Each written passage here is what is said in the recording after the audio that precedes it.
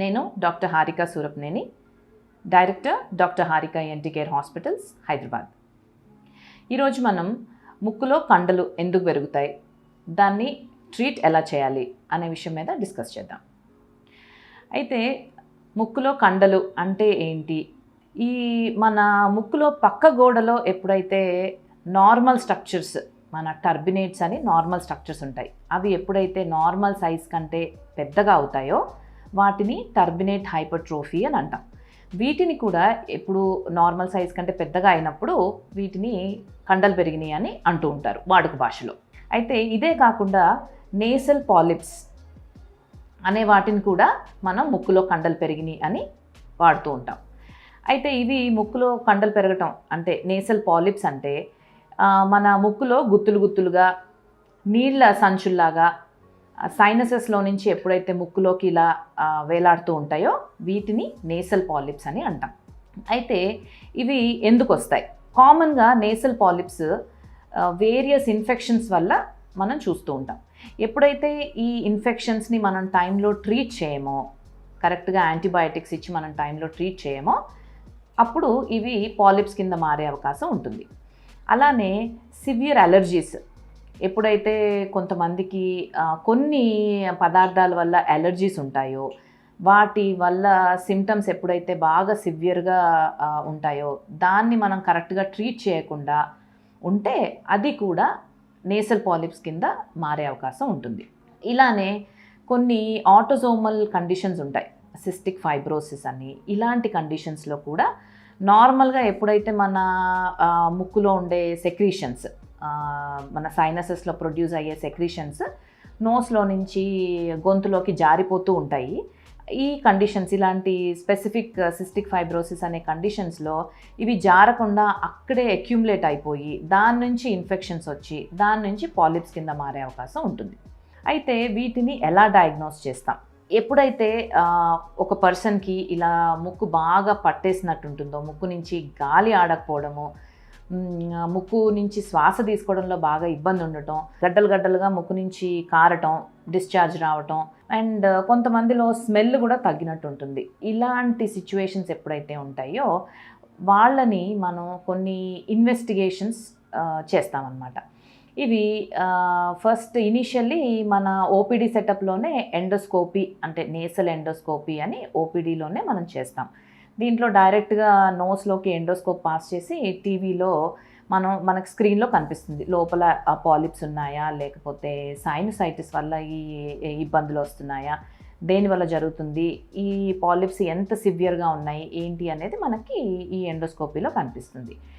ఈ ఎండోస్కోపీ అయిన తర్వాత లోపల సైనసెస్ ఎంతవరకు ఎఫెక్ట్ అయ్యాయి అని తెలియడానికి ఒక సిటీ స్కాన్ ఉంటుంది. ఈ సిటీ స్కాన్ ఆఫ్ పారానేసల్ సైనసెస్ అని అంటాం. ఇది కూడా చేయించుకున్న తర్వాత అప్పుడు మనకి హౌ సివియర్ ఈ పాలిప్స్ ఎంత సివియర్గా ఉన్నాయో తెలుస్తుంది. దాన్ని బట్టి మనం ట్రీట్మెంట్ ప్రోటోకాల్ అనేది సెట్ చేస్తామన్నమాట.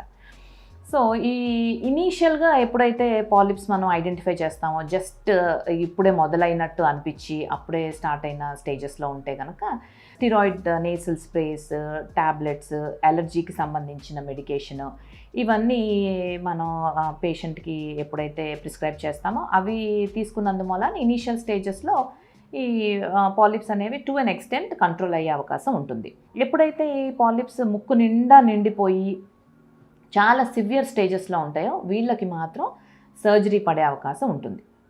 అయితే చాలామంది అడుగుతూ ఉంటారు, ఈ సైనస్ పాలిప్స్ సర్జరీ చేసిన తర్వాత మళ్ళీ పాలిప్స్ వస్తూ ఉంటాయి, ఎందుకు చేయించాలి అని. బట్ వన్స్ పాలిప్స్ బాగా సైనసెస్ అంతా నిండిపోయి ఉన్నప్పుడు దానికి వేరే ఆప్షన్ లేదు, సర్జరీ చేయాల్సిందే. బట్ మళ్ళీ వస్తుందా అనడానికి రావచ్చు. ఎప్పుడైతే మనం కరెక్ట్గా ప్రికాషన్స్ తీసుకోమో, సర్జరీ అయిన తర్వాత ఇంకా సర్జరీ అయిపోయింది అని చెప్పి దానికి సరిపడా ప్రికాషన్స్ ఎప్పుడైతే తీసుకోమో అప్పుడు మళ్ళీ పాలిప్స్ వచ్చే అవకాశం ఉంటుంది. సో సర్జరీ అయిన తర్వాత కూడా ఎవరికైతే ఎలర్జీ ఉంటుందో ఆ ఎలర్జీ ఉన్న వాళ్ళు జాగ్రత్తగా ఎలర్జెన్స్ అవాయిడెన్స్ చేయటం కానీ, పోస్ట్ ఆఫ్ ఫాలోఅప్స్ అంటే మనం సర్జరీ అయిపోయిన తర్వాత వారానికి ఒకసారి, నెలకు ఒకసారి ఎలా అయితే రమ్మంటామో డాక్టర్ గారు ఎలా చెప్పినట్టు అలా కరెక్ట్గా విని కరెక్ట్గా ఫాలోఅప్స్ చేసుకుంటూ కరెక్ట్ మెడికేషన్ వాడితే కనుక ఈ రికరెన్స్ అనేది మనం చాలా వరకు అవాయిడ్ చేయొచ్చు. ఇంకా ఈ పాలిప్స్ అసలు రాకుండా ఎలా మనం ప్రికాషన్స్ తీసుకోవాలి అంటే, అసలు ఈ స్టేజ్కి సర్జరీ వరకు వెళ్ళకుండా అసలు పాలిప్స్ రాకుండా ఉండటానికి ఏం చేయాలి అంటే, ఇనీషియల్ స్టేజెస్లోనే ఎప్పుడైతే మనకి ఎలర్జీ ఉంది అని తెలిసినప్పుడే పర్టికులర్ పదార్థానికి ఏదైనా ఫుడ్ ఎలర్జీ కావచ్చు, డస్ట్ ఎలర్జీ కావచ్చు, ఇలాంటి ఈ ఐటమ్స్కి ఎప్పుడైతే మనకి ఎలర్జీ ఉంది అని తెలుస్తుందో ఆ ఐటమ్స్ని మనం కంప్లీట్గా అవాయిడ్ చేస్తూ ఉండాలి. ఫుడ్ అయితే ఫుడ్ కంప్లీట్గా అవాయిడెన్స్. డస్ట్ ఎలర్జీ ఉంటే అది ఇండోర్ డస్ట్ కావచ్చు, అవుట్డోర్ కావచ్చు. ఇన్ కేస్ ఇండోర్ డస్ట్ అవుతే కనుక మనం మామూలుగా ఊడవటం అంటే డ్రైగా డస్టింగ్ చేయటం కంటే బెటర్గా వెట్ మాపింగ్ చేయటం, లేకపోతే వ్యాక్యూమింగ్ చేయటం, ఇవి ప్రికాషన్స్ తీసుకుంటూ ఉండటం. బయటకు వెళ్ళినప్పుడు కంపల్సరీగా మాస్క్ అది వాడటం. ఈ మాస్క్ వాడటం వల్ల మనకు డస్ట్ కానివ్వండి, పాలన్ ఎలర్జీ, ఈ 2 ఎలర్జీస్ నుంచి కూడా మనం ప్రికాషనరీగా మనం ఈ డస్ట్ అండ్ పాలన్ నుంచి మనం సేవ్ అవ్వగలుగుతాం. సో ఇలాంటి ఎప్పుడైతే మనం సిమ్టమ్స్ చూస్తూ ఉంటామో, ఎలర్జీ సిమ్టమ్స్ కానివ్వండి, ముక్కు పట్టేసినట్టు ఉండడం కానివ్వండి, ఇలాంటివి నెగ్లెక్ట్ చేయకుండా ఇనీషియల్ స్టేజెస్లోనే ఎప్పుడైతే డాక్టర్ గారిని సంప్రదించి మనం చూసుకోగలుగుతామో ఫర్దర్గా కాంప్లికేషన్స్ మనం అవాయిడ్ చేయగలుగుతాం. సింపుల్గా సర్జరీ వరకు వెళ్లకుండా సింపుల్ మెడికేషన్తోనే ఇవన్నీ కూడా తగ్గించగలుగుతాం అన్నమాట.